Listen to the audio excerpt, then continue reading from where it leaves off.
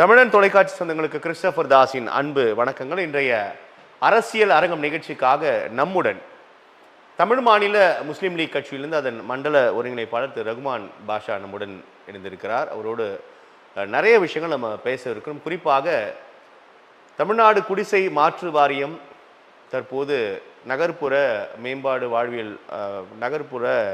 வாழ்வியல் மேம்பாட்டு வாரியமாக மாற்றப்பட்டிருக்கிறது. அந்த மாற்றத்திற்கு பிறகு அதன் மீது நிறைய கருத்து விமர்சனங்கள், குற்றச்சாட்டுகள் கூட தொடர்ந்து வருவதை நாம் பார்க்கிறோம்.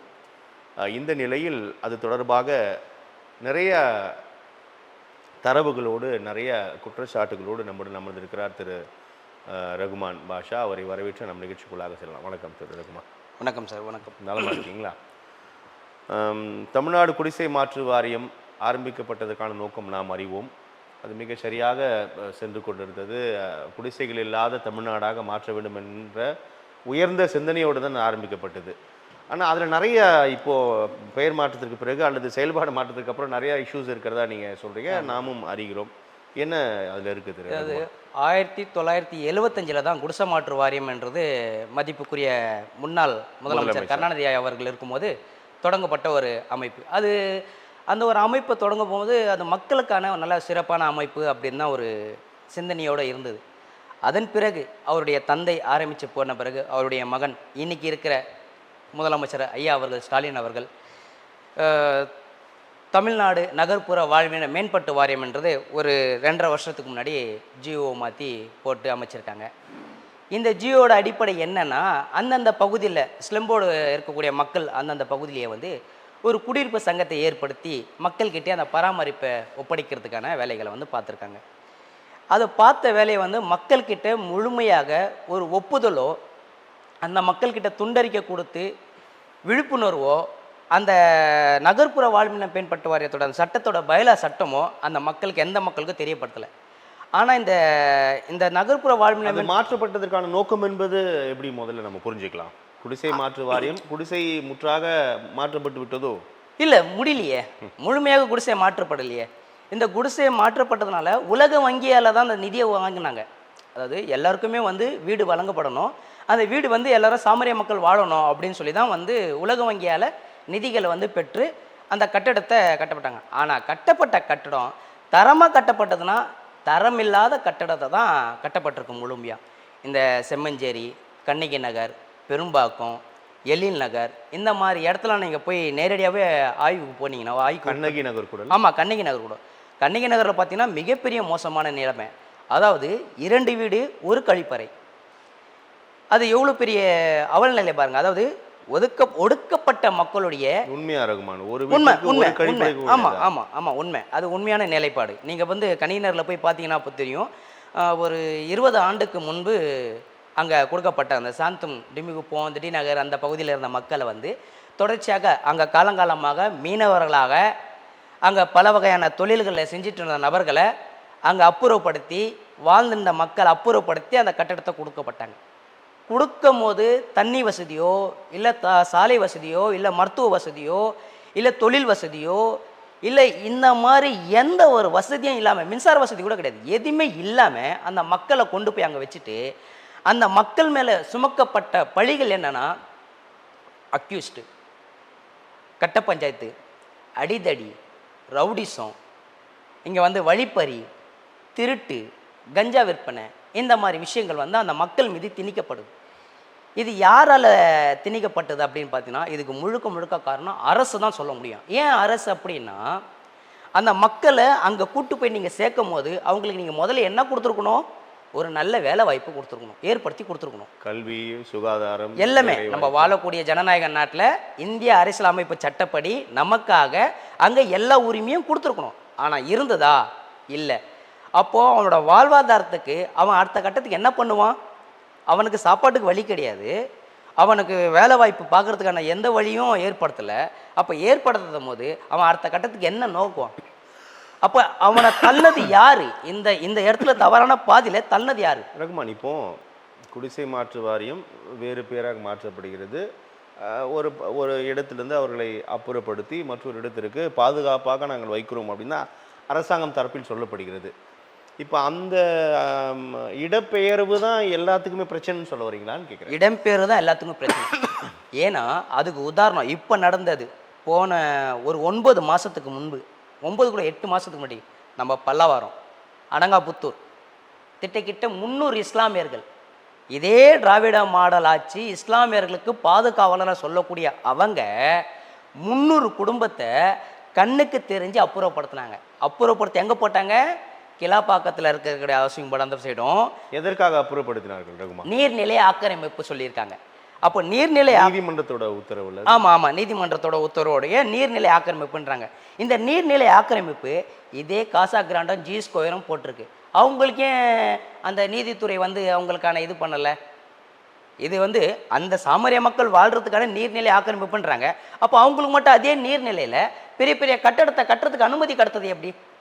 அது அப்போது இங்கே வாழக்கூடிய சாமானிய மக்களுக்கான ஒரு சட்டமா, இல்லை வசதி வாய்ப்பு படைத்தவங்களுக்கு ஒரு சட்டமா? அப்போ இந்த சட்டம் விற்கப்படுகிறதா அப்படின்ற ஒரு கேள்வியாகவே இருக்குது ரொம்ப நாளாகவே.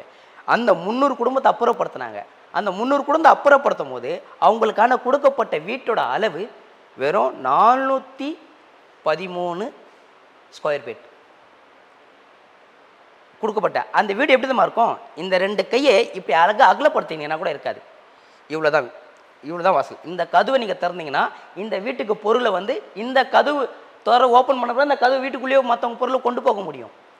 அதாவது ஒரு புறா குண்டு மாதிரி காலம் காலமாக மக்கள் வாழக்கூடிய வசிப்புக்கூடிய அந்த இடத்த அரசை கையகப்படுத்தி தனியாருக்கு கொடுத்து அந்த மக்களை ஒரு புறா குண்டில் போட்டு அடைச்சி வைக்கிறதுக்கான வேலைகள் தான் அரசு செஞ்சிருக்கு.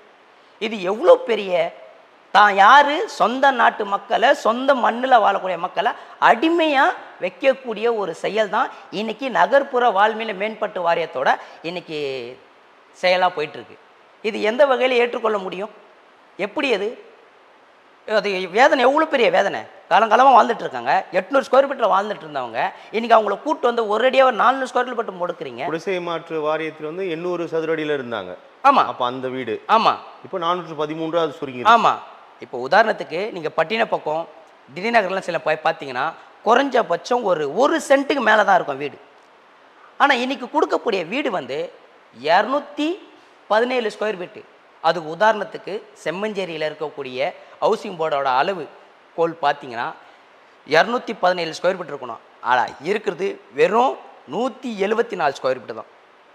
174 ஸ்கொயர் ஃபீட்டு ஒரு குடும்பம் வாழ்கிறதுக்கான தகுதியான வீடா? இல்லை ஒரு எம்எல்ஏவோ ஒரு எம்பியோ அங்கே போய் வாழுவாரா? இந்த மாதிரி சூழலை அந்த மக்களை அடிமைத்தனமாக வச்சு வாழ வச்சுட்டு இருக்காங்க அரசு. இது எப்படி ஏற்றுக்கொள்ள முடியும்? அங்கே இருக்கிற மக்கள் கிடையாதா? அவங்களெல்லாம் மனிதர்களும் கிடையாதா? இங்கே மனிதனையுமே உடஞ்சி போயிருக்கேன். குடியிருப்பு சங்கத்தை ஒன்று தொடங்கி அந்த குடியிருப்பு சங்கத்து மூலயமா 4 சாம்பர் கார்ப்பரேஷன் செய்யக்கூடிய வேலைகள்னா சாலை சீரமைக்கிறது, தெருவிளக்குகளை சீரமைக்கிறது, கழிவு நீர்களை சீரமைக்கிறது வேலைகளை பார்த்துறாங்க. அந்த வெறும் 4 சாம்பர் மட்டும் இந்த குடியிருப்பு சங்கத்துக்காரங்கிட்ட ஒப்படைக்கிறாங்க. ஏன் ஒப்படைக்கணும்? அவங்கக்கிட்ட ஒப்படைக்க வேண்டிய அவசியம் என்ன? ஏன் இது கார்ப்பரேஷனால் பண்ண முடியாதா 4 சாம்பர் சுத்தம் பண்ணுறதுக்கு? அதுவும் தொகை எவ்வளவு? 250 ரூபா. ஒரு வீட்டுக்கு 250 ரூபா. தோராயமாக ஒரு 5000 வீடு வச்சுக்கோங்க. அப்போ குறைஞ்சபட்சம் எவ்வளோ ஆச்சு? மாதத்துக்கு 15 லட்ச ரூபாய்ட்ட தொகை வருது. அப்போ ஒரு மாதத்துக்கு 15 லட்ச ரூபானா ஒரு வருஷத்துக்கு எவ்வளோ ஆச்சு? 1,47,00,000 ரூபாய்கிட்ட வருது. அப்போது ஒரு வருஷத்துக்குன்னா அப்போ 5 வருஷத்துக்கு கணக்கு போடுங்க. இது வாடகை வேற. காலங்காலமாக வாழ்ந்துட்ட மக்களுடைய நிலப்பரப்பை பறிச்சுட்டு அவர்களுக்கான அடிமைத்தனமான ஒரு வீட்டை கொடுத்துட்டு வாடகைன்னு பேரில் வாடகை வசூல் பண்ணிட்டு இருக்கீங்க.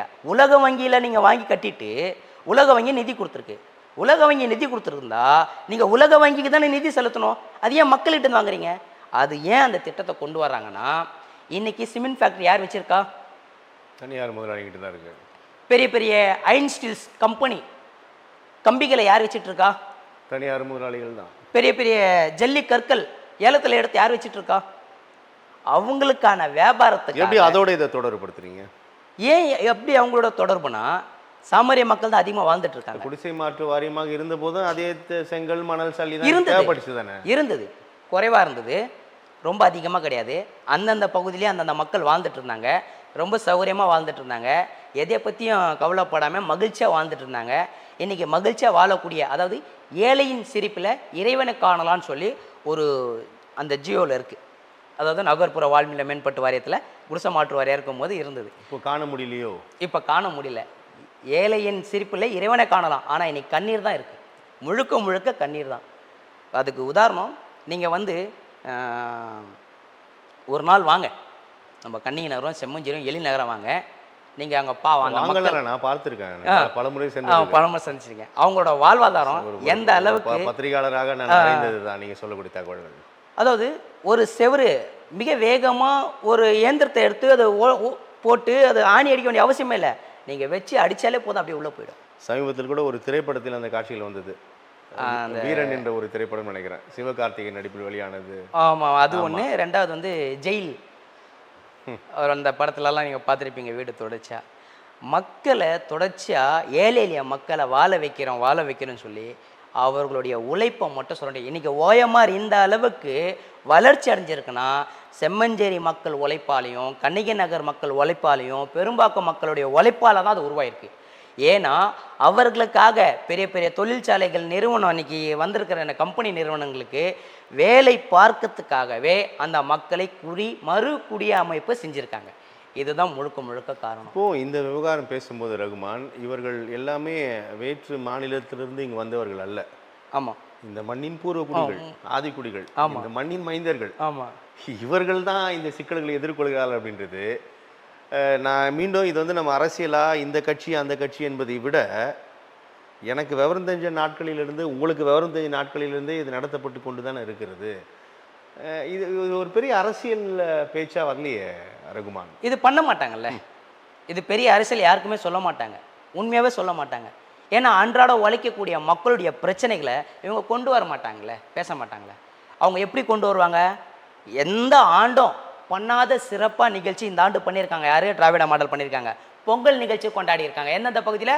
அதே ஹவுசிங் போர்டு பகுதியில், நகர்ப்புற வாழ்வின மேம்பட்டு வாரியத்தோட பகுதியில், கண்ணகி நகர்லேருந்து, செம்மஞ்சேரியிலேருந்து, பெரும்பாக்கத்துலேருந்து அங்கங்கே இப்போ நிகழ்வு பண்ணுறாங்க. ஏன் பண்ணுறாங்க? ஏன் இத்தனை நாள் 4.5 ஆண்டு விட்டாங்களே, கடப்பில் போட்டாங்களே. முதல் முறையா? ஆமாம், இது முதல் முறை. அவங்களுக்கான பரிசு என்ன தெரியுங்களா? பீரோ, கட்டில், சோஃபா. எப்படி அது? முதல் முறை. அடுத்த மாதம் தேர்தல் அல்லவா? ஆமாம். அதாவது அதே பகுதி வாழக்கூடிய மக்களுக்கு 3000 ரூபாய் இப்போ ரேஷன் கார்டுக்கு அறிவிச்சிருக்காரு. அது எல்லாருக்கும் தானே? எல்லாருக்கும் தான். இவங்க கொடுத்துருக்காங்க 2,99,21,710 பேர் கொடுத்துருக்காங்க. சரி, அந்த தொகை நீங்கள் கொடுத்தீங்க. இப்போ மகளிருக்கு ஊக்கத்தொகை 1000 ரூபாய்ன்றீங்களா? அந்த 1000 ரூபாய் அதில் சேர்ந்தது தான். அதில் சேர்ந்தது தான். அது தனியாக தானே கொடுக்கணும், ஆனால் கொடுக்க மாட்டாங்களே. அதில் சேர்ந்துச்சு இல்லையா? அதனால் அதில் 3000 ரூபாய் வந்துடும். நம்ம எடப்பாடி ஐயா அவர்கள் கூட 2001 கூட குறைஞ்சபட்சம் பார்த்தீங்கன்னா 2880 ரூபா கிட்ட தொகை கொடுத்துருக்காரு. அதாவது பொருட்களுடைய சேர்த்து. ஆனால் இவங்க கொடுத்தது இதில் வந்து 2005 கொடுத்தது, இவங்க போன வாட்டி 5லையோ 4லையோ கொடுத்தது. அவங்க கொடுத்த 25 அவங்க கொடுத்த தொகை வந்து வெறும் 140 ரூபா. பொருட்கள் விலை அரிசி 60 ரூபா, கரும்பு 40 ரூபா, நாட்டு வெல்லம் 40 ரூபா, மொத்தமாக இவ்வளோ தான் கொடுத்துருக்காங்க. 0% வந்து நிற்கிது. அந்த பொருள் கூட வாங்க முடியாத வக்கத்த நிலைமை மக்கள் வந்து நிலையமாக வச்சுட்டு இருக்காங்க. இதுதான் தவறுன்ற வரிசையாக. ரகுமான், இந்த நம்ம வாழ்விடங்கள் குறித்து பேசும் பொழுது முழுமையாக அனைவருக்கும் அந்த வீடாவது கிடைச்சிருக்கா? இல்லை, அந்த வீடு நீங்கள் பார்த்தீங்கன்னா முழுமையாக அவங்க வசிக்கக்கூடிய அந்த இடத்துக்கான தேவையான வசதி ஏற்படுத்தியிருக்குன்னா அந்த வசதி இல்லை, உண்மையாக இல்லை. ரொம்ப குறுக்கிய மோசமான ஒரு நிலைப்பாடு தான். 413 சதுர. ஆமாம், அவ்வளோதான் இருக்குது.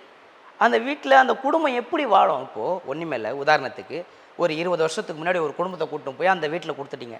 அந்த பையன் வளர்றான். அந்த பையன் அடுத்தது என்ன பண்ணுவான்?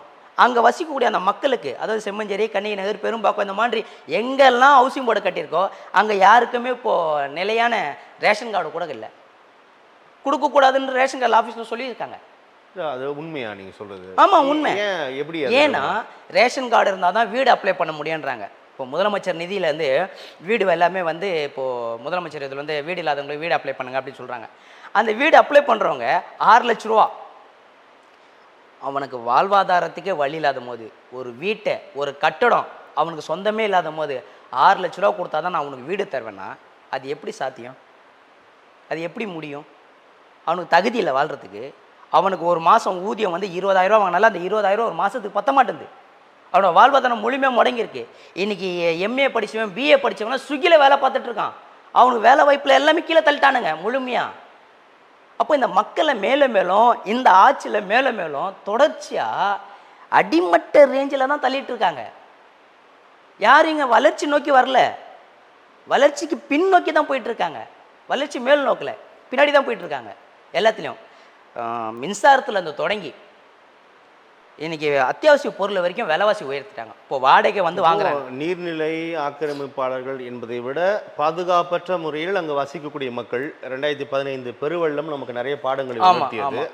அதில் கிடைக்கப்பட்ட பாடத்தின் அடிப்படையில் தான் இப்படி நகர்த்துறாங்க அப்படின்னு நீங்கள் அதை பாசிட்டிவாக யோசிக்கக்கூடாதான்னு கேட்குறேன். இப்போது சரி, இப்போது நீங்கள் சொல்கிற மாதிரியே அவங்கள நகர்த்துறாங்க, நீர்நிலையில் பாதிக்கப்பட்டாங்க, நீர்லாம் உள்ளே வந்துடுது அப்படின்னு சொல்கிறாங்க. ஐயா, இப்போ அதே நீர்நிலையை ஏன் இவங்க சரியாக தூர் வரல? கிட்ட நம்மளோட தமிழ்நாட்டில் மட்டுமே 1,00,000 நீர்நிலைகள் குட்டைகள் ஏதோ இருக்குதுன்னு சொல்கிறாங்க. ஆனால் இன்றைக்கி இப்போ கணக்கு எடுத்து பார்த்தீங்கன்னா வெறும் 30,000 40,000 தான் இருக்குது. அப்போ மீதி எப்படி நீர்நிலைகள்லாம் எப்படி கட்டடமாக மாறிச்சு? அவங்களுக்கு மட்டும் எப்படி அந்த நீர்நிலைகளுக்கு போய் பாதிப்பு ஏற்படலையா? அப்போ சாமரிய மக்களுக்கு மட்டும்தான் அந்த நீர்நிலை பாதிப்பு ஏற்படும். அவங்கள பாதுகாப்பாக கூட்டு வந்து செம்மஞ்சேரி ஏரியெல்லாம் கட்டியிருக்கிறது ஏரியில் தாங்க. ஹவுசிங் போர்டு கட்டியிருக்கிறது ஏரியில் தான். அப்போ எப்படி அது அரசுக்கு தெரியாது அது நீர்நிலை இடம்னு? அது எப்படி? குப்பை அந்த பள்ளிக்கரன்லாம் போய் பார்த்தீங்கன்னா 4.5 போன ஆட்சியில் வந்து அந்த குப்பைமேடு வந்து முழுக்க முழுக்க பறவைகளோட சரணாலயமாக இருந்தது. ஆனால் இன்னைக்கு குப்பைமேடு சரணாலயமாக இருக்குது. சாலைக்கு வந்திருக்கு, மழை குவிஞ்சு சாலைகள் வந்திருக்கு. சதுப்பு நில பகுதி. அப்போ இது எப்படி? இது தனியாருக்கு குப்பை கொடுத்து நிறுவனத்தை கொடுத்து பணம் சம்பாதிக்க முடியாது. தனியார் நல்லா சம்பாதிக்க முடியுது, அரசனால சம்பாதிக்க முடியாதா? ஏன் அரசு எதுக்கத்தாலும் தனியார்னா அப்போ அரசோட வேலை தான் என்ன? வெறும் வாக்குகளை வாங்கிக்கிட்டு சீட்டில் உக்காஞ்சிட்டு கை நிறைய பெட்டிகளை வாங்கி வச்சுக்கிட்டு அப்படியே குளிர் காயறது தான் அரசோட வேலை. இப்படி தான் போயிட்டுருக்கு நிலப்பாடு. இப்போ சென்னையோட பூர்வ குடிகள் நம்ம சொல்லக்கூடிய நபர்கள் இந்த இடம்பெயர்வுனால வந்து நிறைய பாதிப்புகள் வந்து அடைகிறாங்க அப்படின்னு நிறைய சமூக ஆர்வலர்கள் உங்களை போன்ற இயக்க அமைப்புகள்லாம் நிறைய பேர் பகிர்ந்துக்கிறாங்க. மறுபுறத்தில் சமீபத்தில் கூட தேசிய வீராங்கனையே செம்மஞ்சேரி குடியிருப்பு போய் ஒரு மகள் உருவாகி இருக்கிறாள் அப்படின்னு அவர் பெரிய போற்றப்படக்கூடிய நிலை இருக்குது. அரசாங்கம் தரப்பில் வேறு என்ன செய்ய முடியும்? ரொம்ப பாதுகாப்பாக கட்டமைப்பு கொடுத்துருக்கோம். கல்வி, மருத்துவம், சுகாதாரம், நீங்கள் குறிப்பிட்ட ரேஷன் கடையெல்லாம் மிக சரியாக செஞ்சு தான் கொடுத்துருக்கோம். இது சும்மா அரசு மீது அவதூறை அந்த பகுதி மக்கள் அரசு தரப்புல சொல்கிறாங்க. இல்லையே, அந்த பகுதி மக்கள் தொடர்ச்சியாக போராடியே எல்லாமே பெற்றாங்க. சாலை வசதி இல்லாமல் இருந்தது, போராடி தான் சாலை போட வச்சாங்க. மின்சாரம் இல்லாமல் இருந்தது, கொக்கி கரண்ட்டு போட்டிருந்தாங்க கணினி நகர்லலாம், போராடி தான் போட வச்சாங்க. மருத்துவமனை இல்லாமல் இருந்தது, போராடி தான் மருத்துவமனத்தை கொண்டு வந்தாங்க. பேருந்து இல்லாமல் இருந்தது, போராடி தான் பேருந்து. ஆனால் இங்கே எல்லாமே போராடி தான் பெற வேண்டிய கட்டாயத்தில் நீங்கள் நம்ம தள்ளப்பட்டிருக்கோம். எல்லா விஷயத்துக்கும் நான் போட வேண்டிய ஒரு ஜனநாயக நாட்டில் ஒரு மனிதனுக்கு ஒரு இந்திய அரசியலமைப்பு சட்டப்படி அவனுக்கு எல்லாமே உரிமை கிடைச்சுன்னா அவன் எதுக்கு வீதிக்கு வந்து போராட வேண்டிய அவசியம் என்ன? அப்போ போராட வைக்கிறது யாரு? அவனை அந்த பிம்பத்தில் தள்ளுறது யாரு? அரசு தானே. அவனுக்கு தேவையான எல்லாமே கொடுத்துட்டோன்னா அவன் எதுக்கு ரோட்டுக்கு வந்து போராடுறான்? ஆசிரியர்களே சாலையில் வந்து போராட வச்சிட்டீங்க, மருத்துவர்களே சாலையில் வந்து போராட வச்சிட்டீங்க, துப்புர பணியாளர் நம்மளை பாதுகாக்க நோய் வரத்துக்கு முன்னாடி நம்மளை பாதுகாக்கக்கூடிய துப்புர பணியாளரோட கூட சாலையில் வர வச்சு போராட வச்சிட்டீங்க. இதை விட வெட்கக்கேடு வேறு என்ன இருக்குது? இதை விட சூழல் என்ன இருக்குது? இதுக்கு பேர் தான் ஜனநாயகமா? இவங்க பண்ணக்கூடிய ஆட்சி திராவிட மாடல் ஆட்சி இதுதான் சிறப்பான ஆட்சியா? இதில் மன்னர் ஆட்சியா இல்லை ஜனநாயக ஆட்சியா? காலங்காலமாக இவங்க குடும்பமே அந்த சீட்டில் அமரணுமா? கீழே போஸ்டர் ஓட்டுருவான் அந்த ஆட்சியில் அமரக்கூடாதா? இல்லை, இப்போ அதுதான் பிரச்சனையா ரகுமான்? எது நீங்கள் குறிப்பிடக்கூடிய வாரிசு அரசியல் தான் பிரச்சனையா? இல்லை, தனக்காக தானே அவங்க பார்க்குறாங்க, மக்களுக்காக பார்க்கலையா? மக்களை நேசிக்கக்கூடிய தலைமை எதுன்னு பார்த்தீங்கன்னா மதிப்புக்குரிய மிகப்பெரிய புரட்சி. பொதுவாக ரகுமான் அரசாங்கத்தை குறித்து விமர்சனம் பண்ணும்போதெல்லாம் ஒன்றுமே பண்ண மாட்டாங்க, எதுவுமே நடக்கலை, எல்லாமே எதிராக இருக்குது அப்படின்ற அந்த குற்றச்சாட்டு விமர்சனம் அப்படி சரியாது? சரியான ஒரு வாதம் இல்லை. இப்போது நீங்கள் சரியாக அந்த வேலைகளை நீங்கள் பண்ணியிருந்தீங்கன்னா இந்த வாதமோ இந்த குற்றச்சாட்டை வைக்க வேண்டிய அவசியம் இல்லையே. இப்போ நீங்கள் என்ன சொன்னீங்க, மாதத்துக்கு ஒரு தடவை வந்து லீடிங் எடுப்புன்னு சொன்னீங்க, எடுத்தீங்களா? ஆனால் 1க்கு 3 மடங்கு விலையை உயர்த்திட்டீங்க. அது யாருக்கு போய் சேருது? ஏழை எளிய மக்கள் போய் சேருது. அவன் எங்கே சம்பாதிக்கிறது? 20,000 சம்பாதிக்கிறான். அவனுக்கு போயிட்டு நீங்கள் அதுலேயும் விலைவாசி ஏற்றிட்டீங்க. ஆரோக்கிய பாலோட விலை என்ன? இன்றைக்கி அரசோட ஆவின் பால் விலை என்ன? ஆரோக்கிய பாலோட விலை உயர்த்தத்துக்கு ஆவின் பாலோட விலையை வந்து உயர்த்திருக்கீங்க. இது எந்த வகையில் நியாயம்? ஏழிய மக்கள் தானே வாங்கி குடிக்கிறான். அவன் தானே இன்றைக்கி குழந்தைங்களுக்கு பாலம் எடுத்துன்னு போய் பண்ணுறான். அப்போ அந்த விலையை உயர்த்திட்டீங்க. சரி, சொத்து வரியை உயர்த்திட்டீங்க, தண்ணி வரியும் உயர்த்திட்டீங்க. எல்லாமே நீங்கள் விலைவாசி உயர்த்திட்டீங்கன்னா அது யாரை போய் சேரும்? வாழக்கூடிய அரசாங்கத்து கட்டமைப்பில் இல்லை ஒரு அரசாங்க நிர்வாகத்தில் இவையெல்லாம் தவிர்க்க முடியாது தானே இருக்குமா? இதை முதல் முறையாக இந்த அந்த விலையை ஏற்றிட்டாங்க, இந்த விலையை ஏற்றிட்டாங்கன்றது அது ஒன்றும் அது தவிர்க்க முடியாதுல இருக்குமா? நிர்வாகத்தில் பண்ண முடியாது. நிர்வாகத்தில் அப்போ எப்படிங்க அந்த வரியின் மூலமாக தாங்க நமக்கு நல்ல திட்டங்களை வழங்க முடியும். அப்புறம் எப்படிங்கய்யா பல லட்சம் கோடி மட்டும் அவங்களுக்கு போய் சேருது? மக்களுக்கு தானே அவங்க சேரணும். அவங்க ஒரு கடன் வாங்குறாங்க. கிட்ட இப்போது வாங்கியிருக்கிற கடன் பார்த்தீங்கன்னா 4 லட்சம் கோடியோ 5 லட்சம் கோடியோ ஏதோ கடன் வாங்கியிருக்காங்க. 5 லட்சத்தை தாண்டி விட்டது. இப்போ ஒவ்வொரு மனித மேலேயும் குறைஞ்சபட்சம் 1.5 லட்சம் ரூபாய் கடனில் இருக்க. என்னை கேட்டு வாங்கினாங்களா? இல்லை, நான் கூட வாங்கினதில்ல கடன். என்னை கேட்டு கூட வாங்கலை. ஆனால் என் தலைமையில் 1.5 லட்ச ரூபா கடன் இருக்க. அரசு எங்கிட்ட கேட்டுதா? இல்லை ஒப்புதல் கேட்டதா? நான் அவங்க தலைமையில் 1 லட்ச ரூபா நான் கடன் வாங்குறேன், நான் இந்த வளர்ச்சிக்காக வாங்குறேன்னு ஒப்புதல் கொடுத்துருக்காங்களா? இப்போ போடுற திட்டங்களை வந்து எங்கேயாவது தெளிவாக நிதி அறிக்கையில் கரெக்டாக விடுறாங்களா? கிடையாது. அவங்க இஷ்டத்துக்கு வாங்குறாங்க, அவங்க இஷ்டத்துக்கு மக்கள் மேலே திணிக்கிறாங்க. அப்போ அந்த சாமானிய மக்கள், உழைக்கக்கூடிய சாமானிய மக்கள் மேலே தானே அந்த சுமையை போய் நிற்கிது. அப்போ காலங்காலமாக இந்த மக்கள் அடிமையாகவும் உழைச்சி கொட்டிக்கிட்டே இருக்கணுமா? அவங்க முன்னேற்றத்துக்கு வாழ்வதற்கான எந்த வழிபாடே இல்லையா? அப்போ அவங்க எப்படி முன்னேறணும்? அதுக்கு உண்டான வழிமுறை அரசு சொல்கிறேன். ஒரு வாக்குறுதி கொடுக்கறதுக்கு முன்னாடி அதுக்கு உண்டான நிதிநிலையை வந்து தெரியவா கரெக்டாக கட்டமைக்கணும். அது கட்டமைக்காமல் இவங்க இஷ்டத்துக்கு வாக்குறுதியை பொய்யா அப்படியே அள்ளி வீசினாங்கன்னா எப்படி? அது எவ்வளோ பெரிய தவறான செயல் அது. அப்போ அது யார் போய் சேருது? சாமானிய மக்கள் தானே போய் சேருது. வாழக்கூடிய உழைக்கக்கூடிய அன்றாட தான ஓட்டுநர்லேருந்து மகிழ்ந்து ஓட்டுநர் வரைக்கும் இன்னைக்கு எவ்வளோ பெரிய சிரமத்தில் இருக்காங்க. என்ன செய்யணும்னு சொல்கிறீங்க ரகுமான்? அரசு இவங்களுக்கான நிலைப்பாடு என்ன செய்யணும்னா, கடன் வாங்குறதுக்கு முன்னாடி முதல்ல கரெக்டான திட்டங்களை போடணும். இவர்களுக்கான என்பது குடிமக்களாக குறிப்பிட்டீங்களா, இல்லை விளிம்பு நிலை மக்களாக நீங்கள் குறிப்பிட்டீங்களா? தமிழ்நாட்டில் வாழக்கூடிய அத்தனை மக்களுக்கான. இப்போ நம்ம என்ன பண்ணணும் அப்படின்னு நம்ம இடைவெளிக்கு முன்னாடி உங்கள்கிட்ட நான் கேட்டிருந்தேன். மற்றொன்று இவங்களுக்கு அப்படின்னு குறிப்பிட்டீங்க. ஒட்டுமொத்தமான தமிழக மக்களுக்கானதா அல்லது இன்னும் கூடுதல் கவனத்தோட விளிம்பு நிலை மக்களை வந்து இந்த அரசாங்கங்கள் அணுக வேண்டும் அப்படின்னு சொல்ல வரீங்களா? இல்லை, அதாவது கீழ் நோக்கி இருக்கக்கூடிய மக்கள், அன்றாட உழைக்கக்கூடிய மக்களை கவனமாக அரசு அவங்கள கவனித்து அவங்களோட வாழ்வாதாரத்தை உயர்த்தணும். அப்படி செய்யலைன்னு சொல்கிறீங்களா? செய்யலை, உண்மையாக செய்யலை. அதாவது ஒரு ஹவுசிங் போர்டு வீடு நீங்கள் கொடுத்துட்டீங்க. அந்த ஹவுசிங் போர்டு வீடு கொடுத்தீங்கன்னா எத்தனை ஆண்டு அது நிற்கும்? ஒரு 20 ஆண்டு, ஒரு 30 ஆண்டு. அதுவே ஒரு சென்ட்டு லேண்டை கொடுத்தீங்கன்னா அவன் வாழலைன்னா கூட அவன் அடுத்த தலைமுறை வாழம்ல. ஏன் அதை கொடுக்குறதுக்கு மட்டும் இவங்களுக்கு இடம் நிலைமை இல்லை? தனியார் முதலாளிங்களுக்கு லேண்டு கொடுக்குறதுக்கு இடம் இருக்குது. ஆனால் இந்த மண்ணோட மைந்தர்கள், இந்த மண்ணோட மூத்த குடிமக்களுக்கு 1 சென்ட் நிலம் என்னால் கொடுக்க முடியாது. நான் கட்டிடமாக கட்டி கொடுப்பேன். நான் என் சீலிங்கும் அவனுக்கு சொந்தம் கிடையாது, வசிக்கக்கூடிய அந்த செவுரும் அவனுக்கு சொந்தம் கிடையாது. அவனால் உடச்சி எதுவுமே பண்ண முடியாது. சொந்தமே இல்லாத ஒரு வீடை கொடுத்துட்டு அவனுக்கு சொந்த வீடுனா எப்படி ஏற்றுக்க முடியும்? நீங்கள் இலவச வீட்டுமனை பட்டா கேட்குறீங்க. ஏற்கனவே பஞ்சமி நிலம் ஏறக்குறைய 12 லட்சம் ஏக்கர் இருந்தது. தற்போது 5 லட்சமாக சுருங்கி விட்டது அப்படின்னு நம்ம பார்க்குறோம். இந்த பஞ்சமி நில மீட்பு தொடர்பாக அவ்வப்போது அந்த கோரிக்கைகள் எழுது. ஒருவேளை இந்த பஞ்சமி நிலம் முழுமையாக மீட்கப்பட்டிருக்குமே ஆனால் நீங்கள் சொல்லக்கூடிய பிரச்சனையே வந்திருக்காது.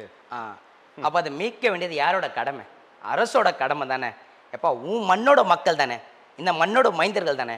அவங்கள வாழ்கிறதுக்கான நீ ஒரு நிலத்தை கொடுத்தா அவங்க அடுத்தவங்கிட்ட போய் நிற்க வேண்டிய அவசியம் என்ன? அப்போ அவனோட வாழ்வாதாரத்தை முழுமையாக முடக்குனது.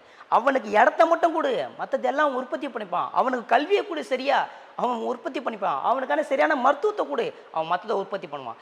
நீ அதெல்லாம் விட்டுப்புட்டு மருத்துவத்தையும் கல்வியும் எல்லாமே தனியார் கையில் ஒப்படைச்சிட்டு மதுபான கடைகளை மட்டும் திறந்து வச்சுட்டு அவனோட வாழ்வாதாரம் முழுமையாக போட்டு நாசப்படுத்திட்டு வரி சுமையை மேலே அவன் மேலே முழுமையாக சுமத்திட்டு அவனுக்கு தகுதி இல்லாமல் அவன் வந்து குற்றச்சாட்டு வைக்கிறான். எப்படி குற்றச்சாட்டு வைக்காமல் இருப்பான்? வாழ்கிறதுக்கான எந்த தகுதி ஏற்பாடும் பண்ணலை. அப்போ பண்ணாமல் அவன் என்ன பண்ணுவான்? அவனோட வாழ்வாதாரத்தை எப்படி தான் நீங்கள் உயர்த்துவீங்க? அப்போ வாக்குக்காகவும் அவனோட வரி பணத்துக்காகவும் பொய்யான வாக்குறுதி மட்டும் கொடுத்து பெற்று நீங்கள் மட்டும் குளிர் காஞ்சின்னு இருப்பீங்களா? அப்போ மக்களோட காலங்காலமாக மக்கள் வந்து இப்படி தான் இருக்கணுமா, இல்லை அவங்களோட வாழ்க்கை இப்படி தான் இருக்கணுமா? இது எப்படி இது? இப்போது அம்மையார் கன்னிமொழி அவர்கள் வந்து வாக்குறுதி ஒன்று கொடுத்துருந்தாங்க, சிறப்பான வாக்குறுதி. அதை பார்த்தீங்கன்னா தமிழ்நாட்டிலேயே மிக விதவைகள், இலை விதவைகள் இருக்கிறது யாருன்னா நம்ம தமிழ்நாட்டில் இருக்காங்கன்னு சொல்லி சொன்னாங்க. இந்தியாவிலே தமிழ்நாட்டிலேயே நிறைய இருக்க மாநிலமா இருக்கு. அதுக்கு காரணம் மது, அதை ஒழிக்கணும் அப்படின்னு சொல்லி சொன்னாங்க. இப்போ இந்த வாக்குறுதி கொடுத்தாங்க இல்லையா, உழைச்சிட்டாங்களா? அது இல்லாமல் டீசல், பெட்ரோல் இதெல்லாம் வந்து வெளியே குறைச்சிடுறேன்னாங்க, குறைச்சிட்டாங்களா?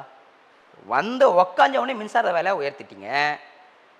கையெழுத்து போகிறோம் நீட்டை வேற செங்கலை கையில் வச்சுக்கிட்டு எய்ஸ் மருத்துவமனையை வந்து நாங்கள் கட்டி முடிச்சிடுவோம் பண்ணிடுவோம்னு சொல்லி நல்லா கம்பி கட்டுற வேலைலாம் பார்த்தாங்க. இவ்வளோ வேலைகள் அவங்க பார்த்தவங்க எதுவுமே பண்ணாமல் தானே இருக்காங்க. இதெல்லாம் பண்ணியிருந்தானா இதை மக்கள் எதுக்குங்க வீதிக்கு வந்து போராடுறாங்க? அவங்களுடைய உரிமைகளை வந்து அரசு வந்து அன்பாலையும் அவங்களோட பிரச்சனைகளையும் அரசு பார்க்கணும், கவனத்தோடு பார்க்கணும், தான் சொந்த குடும்பமாக பார்க்கணும். ஆனால் இவங்க குடும்பமாக பார்க்கல. இவங்கள பொறுத்த வரைக்கும் இவங்க நடத்தக்கூடிய திராவிட மாடல் அரசு ஒரு கம்பெனி. அதாவது எனக்கு நான் முதலீடு பண்ணால் எனக்கு எவ்வளோ வருமானம் கிடைக்கும், திட்டக்கிட்ட மழைநீர் கால்வாய் முழுமையாக போடுறேன்னு சொன்னாங்க. நான் என்ன கேட்குறேன், எனக்கு அதுலேயும் ஒரு கொஸ்டின்ஸ் இருக்குது. என்னென்னா, மழைநீர் கால்வாய் அமைக்கிறாங்க. இந்த மழைநீர் கால்வாய் அமைக்க வேண்டிய அவசியம் என்ன? நீங்கள் சரியாக இருக்கிற நீர்நிலைகளை மிக அற்புதமாக தூர்வாரிந்தீங்கன்னா இந்த மழைநீர் கால்வாயை தேவையில்லையே, அமைக்க வேண்டிய அவசியம் இல்லையே. அப்போ யாருக்காக அந்த மழைநீர் கால்வாய் அமைக்கிறீங்க? நீங்கள் நீர்நிலையில் இருக்கிற எல்லா அப்பார்ட்மெண்ட்டும் நிரப்புனீங்கன்னா மழைநீர் கால்வாய் அமைக்க வேண்டிய அவசியம் தான் வரும். நீங்கள் அது பண்ணாமல் இருந்தீங்கன்னா அப்போ இதை அமைக்க வேண்டிய அவசியம் இருக்காதுல்ல. அப்போ இது யாரோட லாபத்துக்காக? தன்னுடைய குடும்ப வளர்ச்சிக்காகவும் பின்னாடி இருக்கிற சொத்துக்களை சேர்க்கறதுக்காக வளர்ச்சி தான் அவங்க பண்ணுறது. அதில் ஊழல். சாலை போய் பார்த்தீங்கன்னா சாலையில் போக முடியலைங்க. இருசக்கர வாகனம் ஓட்டுறவங்க, தானி வாகனத்தை இயக்குறவங்க, மகிழுந்து இயக்குறவங்க, பேருந்து இயக்குறவங்க பின்னாடி முதுகுவலி வந்து தவிக்கிறாங்க. இவங்க சம்பாதிக்கிற சம்பாதித்தில் மருத்துவமனைக்கு போய் செலவு பண்ணுறாங்க. அந்த பிரச்சனையை உருவாக்குனது யாரு? இதே திராவிட மாடல். நம்ம இப்போ ரகுமான் பாஷா சொல்லக்கூடிய கோரிக்கைகள், குற்றச்சாட்டு அப்படின்றது நாம் விவரம் அறிந்த நாட்களிலிருந்து தொடர்கிறதா நம்ம பார்க்குறோம். அதுதான் உண்மையும் கூட. ரகுமான்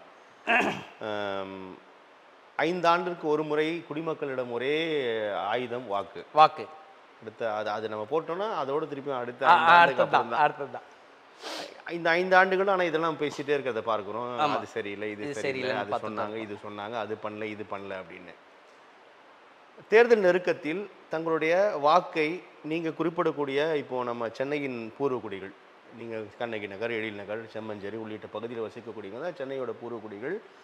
சென்னையின் தேர்தல் வெற்றி தோல்வி தீர்மானிப்பது அவர்கள்தான், தீர்மானிக்கிற இடத்தில் இருப்பது அவர்கள்தான், அவர்களால் தீர்மானிக்க முடியும். ஆனால் அந்த வாக்குகள் சரியான நபர்களுக்கு போதா ரகுமான்?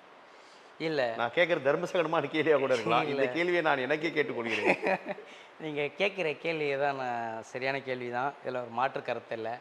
ஆனால் இது மக்களுக்கு எப்படி எத்தனை போய் இவங்க சேர்ப்பாங்கன்றதான் விஷயமா இருக்குது. அவங்க அதை தான் சொல்கிறேனே, அவங்க வாக்குக்காக நிற்கிறாங்க. ஆனால் அந்த வாக்குக்காக அவங்கள திசை திருப்புறாங்க. ஆசை வார்த்தைகளை கூறி 100, 200க்கும் அந்த மக்களை கொண்டு போய் சேர்த்து, நீ போட்டு நான் பார்த்துக்கிறேன், நீ செய்ய நான் பார்த்துக்கிறேன் அப்படின்னு சொல்லியே அந்த மக்களுடைய வாழ்வாதாரத்தை முழுமையாக இவங்க பறிச்சுட்டு அவங்களோட வேர்வையை, ரத்தத்தை சிந்திச்சு வேர்வையை கொடுக்குற அந்த வேர்வத்தை கூட இவங்க எடுத்துக்கிறாங்கன்னு தான் வேதனையாக இருக்குது. மிகப்பெரிய கடுமையான சூழல் தான் நடந்துகிட்ருக்கு இந்த நம்ம தமிழகத்தில். இந்த 5 வருடத்தில் எத்தனை போராட்டங்கள், எத்தனை, அதுவும் அஜித்குமார் கொலை வழக்கு சொல்ல தேவையில்லை, கவின் பிரச்சனை சொல்ல தேவையில்லை. இப்படி அவங்க சமீபமாக பார்த்தீங்கன்னா தூத்துக்குடியில் ஒரு பள்ளிக்கூடத்தில் எத்தனையோ உணவு சாப்பிட்டு எத்தனையோ பிள்ளைங்க மருத்துவமனையில் போயிட்டு சிகிச்சை எடுக்க முடியாமல் இறந்து போனது. நீங்கள் குறிப்பிடக்கூடிய எல்லா விஷயத்தையும் பின்னுக்கு தள்ளும்படியாக வேங்கை வயல் குடிக்கும் குடிநீர் மலம் கலந்தது. நமக்கு நினைவு தெரிஞ்சு இப்படி ஒரு சம்பவம் நடக்கலன்னு நினைக்கிறேன். அது எவ்வளோ பெரிய சூழல் அது. ஆனால் கள்ளச்சாராயம் காசனை குடித்து இறந்தவங்களுக்கு 10 லட்ச ரூபா கொடுக்குறது ஒரே அரசு எதுனா திராவிட மாடல் அரசு மட்டும்தான். கரூரில் 51 பேர் இழப்புக்கு மிக வேகமாக எப்படி கல்வித்துறை அமைச்சர் போனாருன்னு தெரில. 41 பேர். 41ங்களா? 41 பேர். எப்படி கல்வித்துறை அமைச்சர் உடனே போனார்? எப்படி சுகாதாரத்துறை அமைச்சர் உடனே அங்கே இருந்தார்? இது எப்படி இது? அதாவது ஒரு இதே அந்த கள்ளச்சாராயத்தை காய்ச்சி குடித்து உயிரிழந்தவங்களுக்கு வேகமாக போகல, இதுக்கு மட்டும் எப்படி வேகமாக போக தெரிஞ்சது?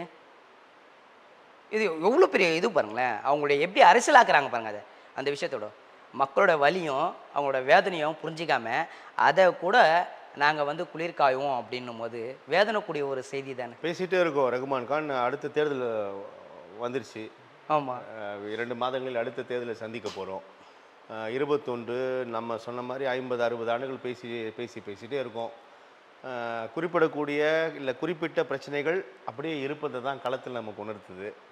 அதுக்குள்ளேயே அடுத்த தேர்தல் எதிர்கொள்ள போகிறோம். இந்த தேர்தல் இதுவரை இல்லாத ஒரு தேர்தலாக இருக்கும் அப்படின்லாம் அரசியல் விமர்சகர்கள், அரசியல் ஆர்வலர்கள் கருத்து தெரிவிக்கிறத பார்க்குறோம். அதுக்கு நிறைய காரணங்கள் கூட இருக்குது. புதிய வருகையான தாவேக்கா எப்படி பார்க்கலாம் ரகுமான் கான்? இப்போது 2026 நிச்சயமாக திராவிட மாடல் வரோம் அப்படின்னா அதுக்கு வாய்ப்பில்லை. ஏன் வாய்ப்பில்லைன்னா இவங்களுடைய செயல்பாடுகளை மக்கள் வந்து சிந்திக்க ஆரம்பிச்சிட்டாங்க, யோசிக்க ஆரம்பிச்சிட்டாங்க. இதுக்கு மேலே திராவிட மாடலை விட்டால் நம்மளுடைய போட்டுங்கிற கோமத்தை கூட உருவிடுவாங்கப்பா அப்படின்றதே தெளிவாயிட்டாங்க மக்கள். விட மாட்டாங்க அதில். ஆனால் தாவேக்கா மகளிர் உரிமை தொகை, இலவச பேருந்து அப்படின்னு இல்லை இப்போ கூட மடிக்கணினி வழங்கிட்டு இருக்கிறாங்க. இத்தனை ஆண்டா விட்டாங்களே. உங்கள் கனவை சொல்லுங்கன்னு மாணவர்கள்கிட்ட கேட்குறாங்க. இதெல்லாம் வந்து அதாவது உங்கள் உறுதியாக எங்களுக்கான வாக்குகளாக மாறும்னு நம்பிக்கை இல்லை. அதாவது உங்கள் ஸ்டாலின் சொல்லிட்டு அங்கங்கே முகாம் போட்டாங்க. அந்த முகாமோட மனுக்களுடைய நிலப்பாடு என்ன? ஏரிக்கரை ஓரத்துலையும் மூட்டை மூட்டையாக கடந்தது தான். நீங்களே பார்த்துருப்பீங்க, ஊடகத்தில் நீங்களும் பார்த்துருப்பீங்க, நாங்களும் பார்த்துருக்கோம். இப்படி தான் இருந்தது. ஆனால் ஒரு சில பேருக்கு இந்த வந்து அந்த வீடு எழுதி போட்டவங்களுக்கெல்லாம் இந்த அதை சொன்னோம் இல்லையா, அதுக்கு முன்னாடி சொன்னோம் இல்லைங்களா, வீடு இல்லாதவங்க வீடு எழுதி போட்டிருக்காங்க, பட்டா இல்லாதவங்க பட்டா வேணும்னு கேட்டிருக்காங்க, ஜாதி சான்றிதழ் இல்லாமல் ஜாதி சான்றிதழ் கேட்டிருக்காங்க அப்படின்றது. இப்போ இந்த வீடு சம்மந்தப்பட்ட இந்த ஆட்கள் வந்து அவங்க எழுதி போடும்போது, ஏமா உங்களுக்கு வீடு அலாட் ஆயிடுச்சு, நீங்கள் 6 லட்ச ரூபா தொகை வந்து கட்டணும் அப்படின்னு. வீடு இல்லாதனால தான் வீடு எழுதி போட்டிருக்காங்க. அவங்கக்கிட்ட போய் 6 லட்ச ரூபா வாங்கினா 6 லட்ச ரூபாய்க்கு ஒரு மண்ணை வாங்கிட்டு போயிடுவாங்களே. அது ஒரு நிலைப்பாடு. இவங்க வந்து பட்டா இல்லாதவங்களும் பட்டா வாங்குறதுக்கு இவங்க சான்றிதழ் கொடுக்குறாங்க. அவங்கக்கிட்ட பேசுகிறாங்க, பட்டா இல்லை இந்த பட்டாவில் சில பிரச்சனைகள் இருக்குது, நாங்கள் வந்து இப்போ கொடுக்க முடியாது, நாங்கள் அப்புறமா தரோம் அப்படின்றாங்க. இந்த ஊக்கத்தொகை, மகளிருக்கு ஊக்கத்தொகை கொடுத்துட்டு இருந்தாங்க. எப்போ ஆரம்பிச்சிங்க? முதல்ல தேர்தல் அறிக்கையில் என்ன சொன்னீங்க? முதல்ல எடுத்தோன்னே மக்களுக்கு நாங்கள் ஆட்சிக்கு வந்தவுடன் 1000 ரூபா கொடுப்போம். எத்தனை வருஷம் கழிச்சு கொடுத்தீங்க? 1.5 வருஷம் கழிச்சோ 2 வருஷம் கழிச்சோ கொடுத்தீங்க. மீதி 2 வருஷம் பணம் எங்கே? அதில் வந்து நிற்கிதா ஒன்று? சரி, இதெல்லாம் போயிடுச்சு. அப்புறம் வீடுதோறும் உங்கள் ஸ்டாலின், அதுவும் வீட்டுக்கு, அதாவது முதலமைச்சர் ஆனவுடனேயும் அந்தந்த தொகுதி எம்எல்ஏ அந்தந்த பகுதியில் அவங்கவுங்க தொகுதியை போய் பார்வையிட்டாங்க. பார்வையிட்டோன்னே சரியாக செஞ்சிங்களா? அதுக்கப்புறம் வந்து திருப்பி பார்த்தீங்களா? இல்லையே. ஒரு தடவை வந்ததோட சரி, அதுக்கப்புறம் திருப்பி வந்து கூட பார்க்கல. அந்த மக்கள் இருக்காங்களா இல்லையான்னு. இப்போ வாக்குக்காக மட்டும் எப்படி கிட்ட இவ்வளோ வேக வேகமாக செயல்பாடு எப்படி பண்ண ஆரம்பிச்சிங்க? அப்போது உங்களுடைய நிலைப்பாடு என்ன? தமிழகத்தை தலைகுனிய விடமாட்டோம்னு சொல்கிறாரு முதல்வர். அதை குனிய வச்சிட்டாங்களே. ஏங்க துப்புரப்பணியால் சாலையில் வந்து போராடுறாங்க, மருத்துவர்களும் சாலையில் வந்து போராடுறாங்க. ஆசிரியருங்க ஒரு மாணவனை சிந்திக்க வைக்க அவனை தலைமையாக மாற்றக்கூடிய ஒரு ஆசிரியர்களை சாலையில் வந்து போராட வச்சிட்டிங்க. இதை விட தலைகுனிவு வேறு என்ன இருக்குது உங்களுக்கு? எப்படி தலைகுனிவோ விடமாட்டோம் எப்படி சொல்கிறீங்க? தலைகுனி வச்சிட்டிங்களே. ஒரு மாற்றுத்திறனாளி இந்தியா லெவலில் நான் பெரிய ஜெயிச்சிட்டேன், கபடி இதில் ஜெயிச்சிட்டேன்னு சொல்லி தலைமைச் செயலகத்தில் கூப்பிட்டு போயிட்டு கப்பு வாங்கி அவரே சர்வசாரமாக உங்களை ஏமாற்றிட்டாரு. இதை வேறு தலைகுனிவு என்ன இருக்குது சொல்லுங்கள்? அதுவும் ஒரு முதலமைச்சர், ஒரு மாற்றுத்திறனாளி, ஒரு இந்தியாவில் நான் வந்து மிக அதிகமாக கிரிக்கெட் விளையாடி நான் நல்லா ஜெயிச்சிட்டேன் அப்படின்றது கூட்டு போயிட்ட கண்ணுக்கு எதிர்க்கவே ஏமாத்திருக்காரு. இதை விட சிறப்பான ஆட்சி நீங்கள் வேற எங்கேயோ. இந்த விமர்சனங்கள், இந்த எதிர்ப்புங்க, இது எல்லாமே வந்து ஒன்றுமே களத்தில் வந்து எதிரொலிக்காது. கூட்டணி கணக்கு வழக்குகள் தான் வெற்றி தோல்வியை தீர்மானிக்கும் அப்படின்னு சொல்கிறது எப்படி பார்க்கலாம் ரகுமான் பாஷா? இப்போது இதே கூட்டணி கட்சிக்காரங்க, திராவிட மாடல் கூட இருக்கக்கூடிய கூட்டணி கட்சிகள் கவின் கொலை வழக்குக்கு குரல் கொடுக்கல, வேங்கையில் மலத்த கலக்கினத்துக்கு குரல் கொடுக்கல, அஜித் கொலை வழக்குக்கு குரல் கொடுக்கல, துப்புர பணியாளர்களுக்கு குரல் கொடுக்கல, ஆசிரியர் சாலைக்கு போராடக்கூடிய மக்களுக்கு குரல் கொடுக்கல. இதுக்கெல்லாம் கூட்டணி கட்சிக்காரர்கள், திராவிட மாடல் கூட இருக்கக்கூடிய கட்சிகள் வந்து குரல் கொடுக்காதவங்க இதுக்கு மட்டும் எப்படி? அப்போ இவங்க யாருக்காக? அதுக்கு உதாரணம் பார்த்தீங்கன்னா, இஸ்லாமியர்கள் பாதுகாவலராக சொல்லக்கூடிய இன்னைக்கு இதே இஸ்லாமியர் கட்சிகள் எத்தனையோ அமைப்புகள் திமுக கூடிய இன்னைக்கு கட்சிகளுடைய கூட்டணியில் இருக்காங்க. திட்டக்கிட்ட இந்தியா முழுக்க 9 லட்சம் கோடி வக்பு சொத்துக்கள் இருக்குன்னு சொல்லிட்டு இருக்காங்க. அது இருக்குன்னு சொல்கிறாங்க. இப்போ அந்த சட்டத்தை எதிர்த்து நிறைய பேர் போராடினாங்க. இதே நவாஸ்கனி ஐயா அவர்கள் வந்து வக்பு சொத்தெல்லாம் கணக்கில் காட்டு அப்படின்றது சொல்லிட்டாரு. இப்போலாம் ஏன் அவங்க போராடலை? ஏன் எதிர்க்கல? பண்ணியிருக்கணும்ல. ஏழை எளியல் சொத்து தமிழ்நாட்டில் மட்டுமே 3 லட்சம் கோடி இருக்குன்றாங்க. அந்த தமிழ்நாட்டில் 3 லட்சம் கோடி இருக்குன்னா இந்த கூட்டணி கட்சியில் இருக்கக்கூடிய எத்தனை இஸ்லாமிய அமைப்புகள் எப்பா ஏழைங்களுக்கு இல்லைப்பா, ஏழைங்களோட சொத்து ஏழைங்களுக்கு கொடுன்னு கொடுக்க சொல்ல வேண்டியதானே? ஏன் அவங்களாம் சொல்லவே இல்லை? பெரும்பாலான இஸ்லாமிய கட்சி அமைப்புகள் எல்லாமே திமுகவோட தான் இருக்காங்க. அதுதான், திமுக கூட தான் இருப்பாங்க. ஏன்னா ஒரு சீட்டுக்கும் 2 சீட்டுக்கும் ஒரு சமூகத்தை அடகு வைக்கிறதுக்கான வேலைகள் மட்டும்தான் அவங்க செய்வாங்க. இங்கே தன்னோட சமூகத்தை எப்படிலாம் அடகு வைக்க முடியும், சமூகத்தை நிலைநாட்டுறதுக்கு கிடையாது, அந்த சமூகத்தை அடகு வைப்பதுக்கான வேலைகள். இவர்கள் குளிர் காய்வதுக்காக ஒட்டுமொத்த சமூகத்தையும் அவர்கள் அடகு வைப்பது எப்படி ஏற்றுக்கொள்ள முடியும்? சரி, இப்போ இத்தனை அமைப்புகள் இருக்காங்க, இஸ்லாமிய அமைப்புகள். இந்த இஸ்லாமிய அமைப்புகள் இருக்கு இல்லையா, இப்போ இந்த வக்பு சொத்துக்கு நாங்கள் இந்த சட்டத்திற்கு ஆதரவாக தெரிவித்து ஒரு ஆர்ப்பாட்டம் போடணும். ஏழை மக்கள் சொத்து, இறைவன் பேரில் இருக்கிற சொத்து ஏழை மக்களுக்கு கூட அப்படின்னு சொல்லி கேட்டிருந்தோம். இதே வார்த்தை அவங்க ஏன் சொல்ல மாட்டேன்றாங்க? 3 லட்சம் கோடி இருக்குன்னு சொல்லுவாங்களே, அந்த 3 லட்சம் கோடி தமிழகத்தில் இருக்கு இல்லையா, 9 லட்சம் கோடிக்கு வேண்டாம். உன் சமூகத்தில் சேர்ந்தவன், உன் இஸ்லாமியர் சமூகத்தில் சேர்ந்தவன், அவன் ரோட்டோடுமா வீடு வசதி இல்லாமல் வாடகை வீட்டில் இருக்கான், அவனுக்கு ஒரு லேண்ட் வாங்கி கொடு, ஒரு சென்ட் லேண்ட் வாங்கி கொடு. வாங்கி கொடுக்கலாம் இல்லையா? அப்போ அவனுக்கு வாங்கி கொடுத்தா அவன் வாழ மாட்டானா? விற்க முடியாது. இறைவன் பேரில் இருக்கிற சொத்தை விற்க முடியாது. ஆனால் விற்க முடியாத சொத்தை காலங்காலமாக வாழல இல்லையா, அவனோட வாழ்வாதாரத்தை உயர்த்தனையா? அது ஏன் கேட்க இந்த இஸ்லாமியர் கட்சிகளுக்கு வார்த்தை வரமாட்டேங்குது? இஸ்லாமியர் பாதுகாவலா சிறைவாசி இருக்கக்கூடிய இஸ்லாமியர்களை வெளியே கொண்டு வரும்னு சொல்லி தானே வாக்குறுதி வாங்கினாரு, கொண்டு வந்துட்டாரா? எங்க தொடர்ச்சியாக இஸ்லாமியர்களை பாதுகாவலர் சொல்லக்கூடிய இன்னைக்கு இஸ்லாமியர்களை பதட்டத்திலே வச்சுட்டு இருக்காங்க. எந்த ஆண்டும் சிக்கந்த மலையில் நடக்கக்கூடிய பிரச்சனை நீங்கள் கூட பார்த்துருப்பீங்க. இந்த தீபத்தை ஏற்றக்கூடிய பிரச்சனை எந்த ஆண்டாச்சும் பிரச்சனை வந்ததா? இந்த ஆண்டு மட்டும் பிரச்சனை வர வேண்டிய அவசியம் என்ன? ஏன் அவசியம்? அரசியல் ஆதாயம். இந்த இஸ்லாமியர் மக்களை பதட்டத்தோட வைக்கணும், இஸ்லாமியரை நாங்கள் தான் பாதுகாவலர்ன்றது சொல்லக்கூடிய ஒரு நிலவரத்தை ஏற்படுத்தக்கூடிய ஒரே அமைப்பு எதுன்னா திராவிட மாடல் அரசு. அந்த சம்பவம் எதிர்பார்த்த வெற்றியை தந்து விட்டதோ? அதுதான் ஒரு சொல்ற அரசியல் லாபம் கிடைச்சிச்சா? அதுதான் அந்த அந்த பதட்டத்தை தான் மொத்த பேரும் அவங்க அப்படியே வச்சுக்கிறாங்க, அந்த பிடிமானத்தை வச்சுக்கிறாங்க இல்லையா. இருக்கிற எல்லா இஸ்லாமிய அமைப்புகளையும் அந்த பிடிமானத்தை அப்படியே கட்டியமாக பிடிச்சிக்கிறாங்க. இவங்க தான் நம்மளை பாதுகாக்குவாங்க. களத்தில் இருக்கக்கூடிய உண்மையை அறியாமல் இருப்பாங்களா? எனக்கு என்ன நடக்குன்னு தெரியாதா, உங்களுக்கு என்ன நடக்குன்னு தெரியாதா? இல்லை, மக்களுக்கு அதாவது மக்களுடைய கண்மூடித்தனமா ஆதரிப்பாங்களா? ஒருவேளை ஆதரிச்சிருக்கலாம் முந்தைய காலங்களில் சமூக வலைத்தளங்களில் அடுத்த நொடி ஒரு செய்தி வந்து ஒரு கடைகோடி மனிதனை சென்றடைந்து விடுகிறது. இன்னமும் கண்மூடித்தனமாக ஆதரிப்பாங்களா? மிக எளிமையாக ஆதரிப்பாங்க. எப்படி ஆதரிப்பாங்க? மக்களுடைய ஞாபகம் வருது. இந்த ஞாபகம் மறுத்தி தான் அவங்க அறுவடை பண்ணுறது. இன்னைக்கு பேசுகிற வார்த்தை நாளைக்கு வேற மாற்றி பேசினா அவங்களுக்கு அது நினைவில் இருக்காது. நாளை மறுநாள் வேற ஒன்று பேசினா அதை கடந்து போயிடுவாங்க. ஏன்னா மக்களுடைய நிலைப்பாடு. ஏன்னா மக்கள் அன்றாட உழைக்கக்கூடியவங்க. அவங்க வந்து இதை ஞாபகத்தில் அவன் குடும்பத்தான் போவான். அப்போ அவன் கிட்ட போயிட்டு எப்போ நான் உனக்கு இது பண்ணித்தரேன், இதை செஞ்சு தரேன் அப்படின்னும் போது அவன் என்ன பண்ணுவான்? அடுத்தது சரி ஒரு பண்ணுறோர் பொழுது மாற்றங்கள் நோக்கி தான் நீங்கள் மக்கள் தேடுறாங்களே தவிர அந்த மாற்றத்துக்கான வேலைகள் இன்னைக்கு திராவிட மாடல் கூட்டணி கட்சியில் இருக்கிறவங்க செஞ்சுருக்காங்களா? மாற்றங்கள் தேடி மக்கள் போகிறாங்கன்னு சொல்கிறீங்க. களத்தில் 4 முனை போட்டி இருக்கிறத பார்க்குறோம். நாம் தமிழர் கட்சி இருக்குது, புதிய வருகையான தமிழக வெற்றி கழகம் இருக்குது. அந்த கட்சிகளை எப்படி பார்ப்பாங்க மக்கள்? அதுக்கு அவர்களை ஒரு புதிய மாற்றங்கள் அப்படின்னு பார்த்தீங்கன்னா அதுக்கு வாக்கு தான் தீர்மானம் பண்ணப்போ தாவக்கா இருக்குது. தாவக்காவில் வந்து இப்போ பர்சன்டேஜ் பார்த்தீங்கன்னா 20% வந்துச்சு, 30% வந்துச்சு அப்படின்னு சொல்கிறாங்க. இப்போ நாம் தமிழர் பார்த்தீங்கன்னா நாம் தமிழர் வந்து முழுக்க வந்து வீரியமாக பேச்சியும் அவர்களுடைய கருத்துக்களும் அவங்க வைக்கக்கூடிய அந்த விவசாயிகளுடைய விழுக்காடு வாக்குகளை நிரூபித்திருக்கிறது. அந்த அவங்க பண்ணிருக்காங்க. வந்து தேர்தலுக்கு பிறகுதான் சொல்ல நாம் தமிழர் வைத்திருக்கிறது. ஆமாம், அவங்க வந்து களத்தில் இறங்கியிருக்காங்க. களத்தில் இறங்கி வேட்பாளர் நிப்பாட்டி அவங்க வந்து நிரூபிச்சிருக்காங்க. நாங்கள் இத்தனை வாக்குகள் நாங்கள் பெற்றுட்டோம், கிட்ட 30% நாங்கள் இருக்கோம் அப்படின்றது. ஆனால் தாவக்கா இன்னும் களத்திலே இறங்கலையே. தாவக்கா களத்தில் இறங்கினா தானே தெரியும் மக்களுடைய நிலைப்பாடு தானே.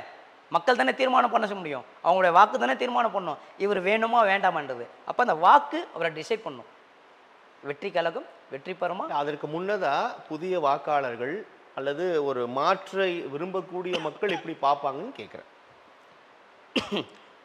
அவர்கள் நம்பக்கூடிய அளவில் இருக்காங்களான்னு கேட்குறேன். மாற்றா ரகுமான் பாஷாவுக்கு மாற்றா இவருன்னா அவரு ரகுமான் பாஷாவுக்கு இணையான தகுதியோடு இருக்காரான்னு கேட்குறேன். இல்லை, அப்படி சொல்ல முடியாது. ஏன்னா மக்கள் வந்து ரசிகர்கள் கூட்டம், அந்த ரசிகர்கள் கூட்டம் வாக்கா மாறுமா அப்படின்னா, ரசிகர்கள் போட்டாலும் ஓட்டு தானே. ரசிகர்கள் கூட்டம் ஓட்டு தான், ஆனால் அந்த ஓட்டு அந்த இடத்துல களமாக மாறுதான்னு தானே பார்க்கணும். அதுக்கு தேர்தல் நேரம் தான் அது பதில் சொல்லும். கண்டிப்பா தேர்தலுக்கு பிறகுதான் மக்கள் தீர்ப்பு, மகேசன் தீர்ப்பு தான். நிறைய விஷயங்கள் நம்ம பேசியிருக்கோம். ரகுமான் பாஷா, உங்களுடைய வருகைக்கும் கருத்து பகிர்வுக்கும் மிக்க நன்றி. நன்றி நன்றி, மிக்க நன்றி.